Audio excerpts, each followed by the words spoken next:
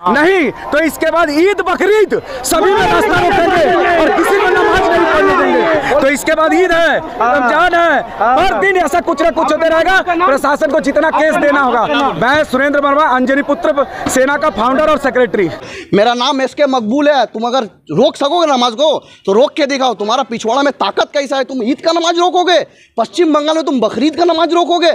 मैं ये जो कह रहा हूँ उसको चैलेंज नहीं कर रहा हूँ, मैं भड़का नहीं रहा हूँ, और मैं ये भी नहीं कह रहा हूँ कि हम दल बल ले जाके उसका वहां जाके नमाज पढ़ेंगे। तो आपकी इंटेलिजेंस क्या कर रही थी? आपका पुलिस क्या कर रही थी? आपको जब पता था कि ये लोग ऐसा कर सकते हैं, जब आप खुद बोले कि दंगा नहीं करोगे, मतलब आप एक चीफ मिनिस्टर हो। सबसे दुख की बात यह है कि वो चीफ मिनिस्टर नहीं, वो पुलिस मंत्री भी है।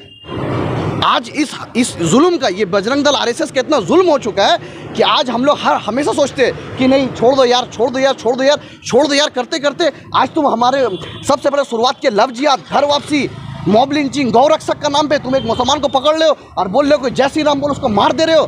तुम मस्जिद के बाहर जाके पत्थर चला रहे हो। तुम मुसलमान नमाज पढ़ रहे हो, उनको जाके तलवार से तुम डरा रहे हो, तुम मार रहे हो। यही तुम करोगे? तुमने अखलाक को मारा, पहलू खान को मारा, रकबर को मारा, जुनैद को मारा, नासिर को मारा, तबरेज अंसारी को मारा, कितना को मारोगे?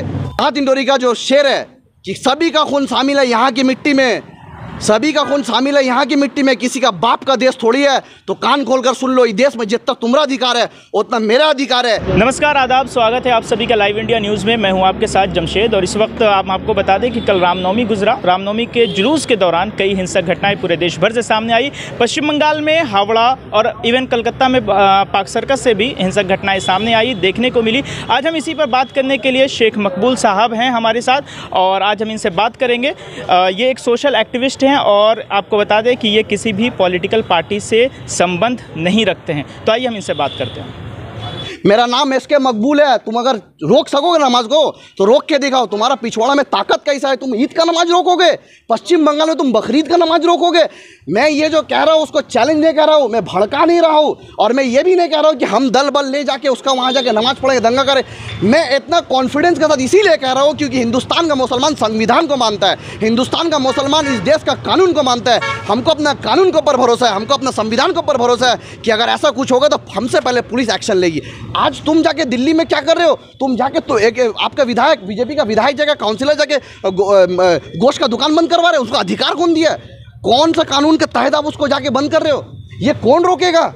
हर कार्रवाई आप हम लोगों के ऊपर कर रहे हो। आज मेन स्ट्रीम का मीडिया जितना चलेगा कल सिर्फ यही दिखा रहा है कि यहाँ से पथराव हो रहा है, यहाँ से पथराव हो रहा है। वडोदरा में क्या हुआ? तुम मस्जिद के बाहर जाके पत्थर चला रहे हो, तुम मुसलमान नमाज पढ़ रहे हो, उनको जाके तलवार से तुम डरा रहे हो, तुम मार रहे हो।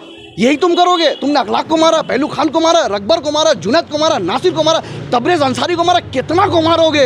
अगर खुलेआम ऐलान कर दो, कहाँ जान लेना, देखते तुम कितना मारोगे, हम जान देने के लिए तैयार है।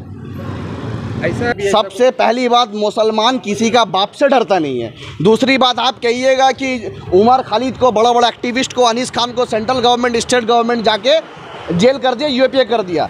मैं कहना चाहता हूँ कि तुम्हारे पास पुलिस है, तुम्हारे पास दुनिया का कानून है, तुम्हारे पास पावर है, तुम्हारे पास लॉयर है, तुम्हारे पास हर चीज़ है, तुम्हारे पास पुलिस है। लेकिन मेरे पास क्या है? मेरा जो गुरु है, मेरा गुरु सावरकर नहीं है, मेरा गुरु नाथूराम गोडसे नहीं है, मेरा जो गुरु है हज़रत मोहम्मद सल्लल्लाहु अलैहि वसल्लम। अगर मुसलमान की से डरता है, सिर्फ अल्लाह से डरता है, तो मुसलमान की से नहीं डरता। तुम क्या करोगे? मारोगे, केस दोगे, जेल में डालोगे। यही ना कर सकते हो? यही पहचान है हिजड़ों की फौज का कि मुकाबला नहीं कर सकोगे, बात नहीं कर सकोगे। हिम्मत है तो कभी हथियार छोड़ के तुम आओ ना। हथियार लेके क्यों लहराते हो? अगर तुम आप जुल्म करोगे, मैं कहना चाहता हूँ कि मुसलमान एक बहुत शांति का धर्म है, इस्लाम मीन्स पीस। अगर तुम मुसलमान को हमेशा धमकाओगे, हमेशा डराओगे, आए दिन आप देखिए एक लिंचिंग होते रहती है। क्या मतलब है भाई? हिजड़ों की तरह 20-40 नामर्दों की तरह चले जाते हो, 70 साल का बूढ़ा को पकड़ते हो और बोलते हो बोल जय श्री राम, उसके बाद लिंचिंग कर देते हो। अपना माँ का दूध पियो तो कभी अकेला हो, फिर पता चले किसमें कितना दम है। तुम क्या करते हो? एक हरियाणा में, मध्य प्रदेश में, राजस्थान में कोई गाय गोश्त लेकर जा रहा है, आप उसको पकड़ के उसको मार दे रहे हो, लिंचिंग कर दे रहे हो, और मुसलमान कुछ नहीं बोला। जितना कार्रवाई मुसलमान के ऊपर, अमित शाह वेस्ट बंगाल गवर्नर को कॉल करके बोला कि हावड़ा की स्थिति जानने के लिए। अमित शाह आपको वडोदरा नजर नहीं आया, अमित शाह आपको सूरत नजर नहीं आया, अमित शाह आपको वो लिंचिंग नजर नहीं आती है, अमित शाह आपको जो मुसलमानों को मार रहा है वो नजर नहीं आती है। हावड़ा में क्या हो वो नजर आ गई। और बाकायदा मैं कहना चाहता हूँ, हावड़ा में इन आतंकी बजरंग दल, आरएसएस, वीएसपी के जो आतंकवादी है, इन लोगों ने पथराव किया। और मैं बार बार कहना चाहता हूँ कि मुसलमान हिंदू से नहीं लड़ता, मुसलमान का लड़ाई है कपिल गुर्जर जैसा आतंकवादी से मुसलमान का लड़ाई है, नापुंसक हिजड़े मोनू मानेसर से मुसलमान का लड़ाई है, राम भक्त मोहन से जो जामिया के बाहर गोली चलाया था, लड़ाई मुसलमान का आरएसएस से है, लड़ाई मुसलमान का बजरंग दल से, लड़ाई मुसलमान का वो विचारधारा से जो हिंदू मुसलमान का दंगा फैलाना चाहता है। अगर कोई हिंदू बोलता है कि तुम आईएसआई को तुम क्यों सपोर्ट करो, तो हम बोलते तुम आईएसआई को आतंकवादी बोले, हम भी बोलेंगे आतंकवादी। अगर कोई हिंदू का पिछवाड़े में दम है तो बोलते आरएसएस आतंकवादी है।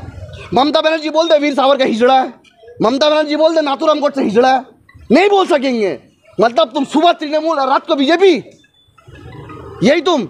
एक सरकार है बीजेपी जो मुसलमान को मार के हिंदू का वोट लेती है, और एक सेकुलर सरकार है जो मुसलमान को डरा के मुसलमान का वोट लेती है। बस ये राजनीति चल रहा है। लेकिन मैं कहना चाहता हूँ तुम जो राजनीति करना करो, घंटा से फर्क नहीं पड़ता, लेकिन राजनीति का बीच में तुम हमारे हुजूर का सामने गुस्ताखी करोगे, तुम्हारे राजनीति को अपना जूती में रखते, उस जरूरत पड़े मैदान में आएंगे, संवैधानिक तरीके से प्रोटेस्ट करेंगे, और जरूरत पड़ेगा जैसा जो करेगा उसको वैसा जवाब दिया जाएगा।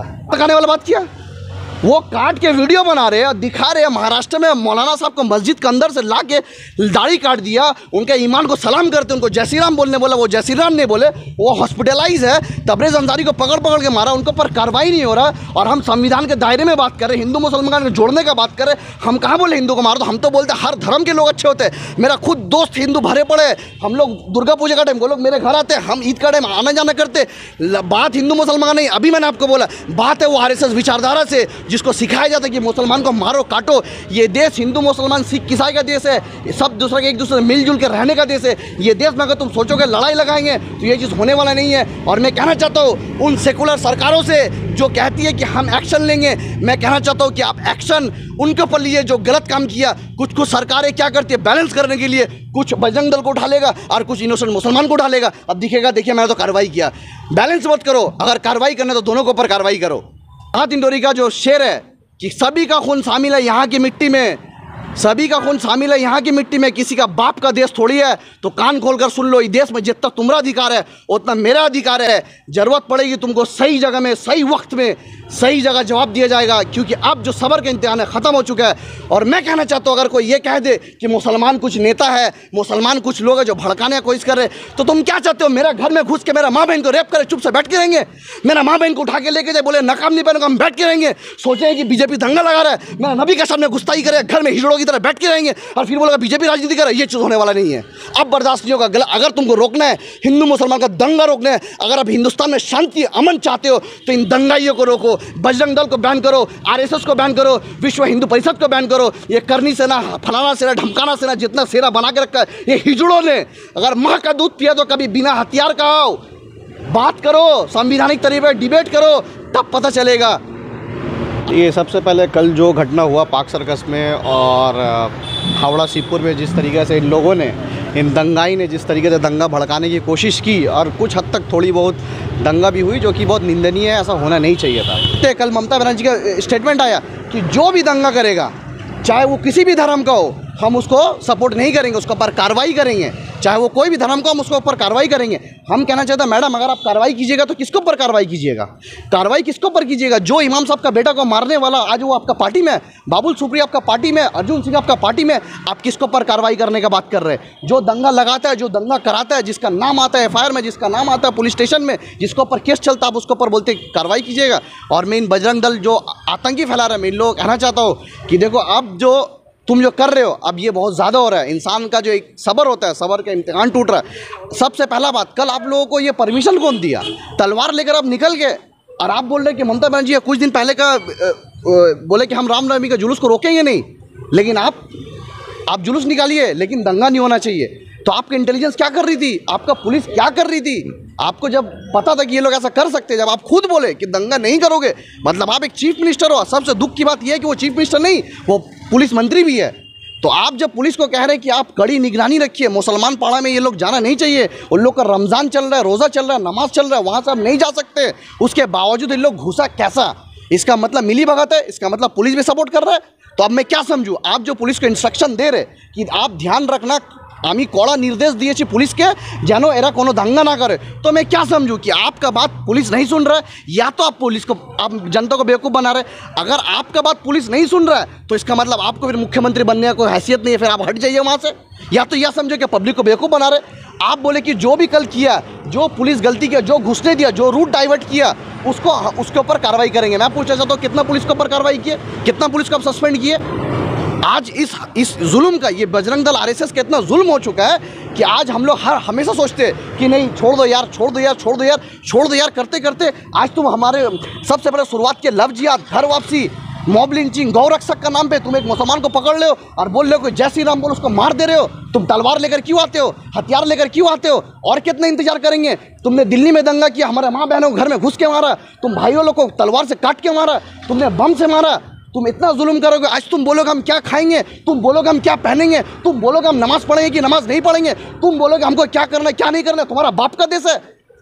तो आज तुम दुर्गा पूजा का टाइम आधा पश्चिम बंगाल में पूजा होता है, रास्ता बंद रहता है। बिहार में जब छठ पूजा होता है आधा बिहार बंद रहता है। महाराष्ट्र में गणेश पूजा होता है आधा महाराष्ट्र बंद रहता है। क्या कोई मुसलमान आज तक बोल नहीं गया कि तुम क्यों पूजा मना रहे हो?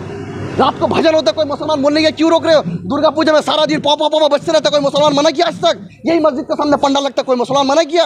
तुम्हारा भजन होता पूरा रात, कोई मुसलमान आज तक कुछ बोला? जब मुसलमान कुछ तुमको कुछ नहीं बोला कि तुमको कौन अधिकार दिया कि तो आज जाके हमको हर जगह तुम रोकोगे? तुम बोलोगे मेरा माँ बहन नकाब पहनेगी नहीं पहनेगी, तुम बोलोगे हम क्या करेंगे क्या नहीं करेंगे। आज पूरा हिंदुस्तान घूम लिए तो आपको हर जगह, हर सड़क में, हर गाछ का नीचे, हर यहाँ हुआ एक पत्थर रख के मंदिर बन गया क्या? वो अवैध नहीं है? तुम वो चीज़ नहीं तोड़ते हो, तुम हर 400-500 साल का मस्जिद को तोड़ते हो, तुम दरगाह को तोड़ते हो। कितना जुल्म करोगे तुम?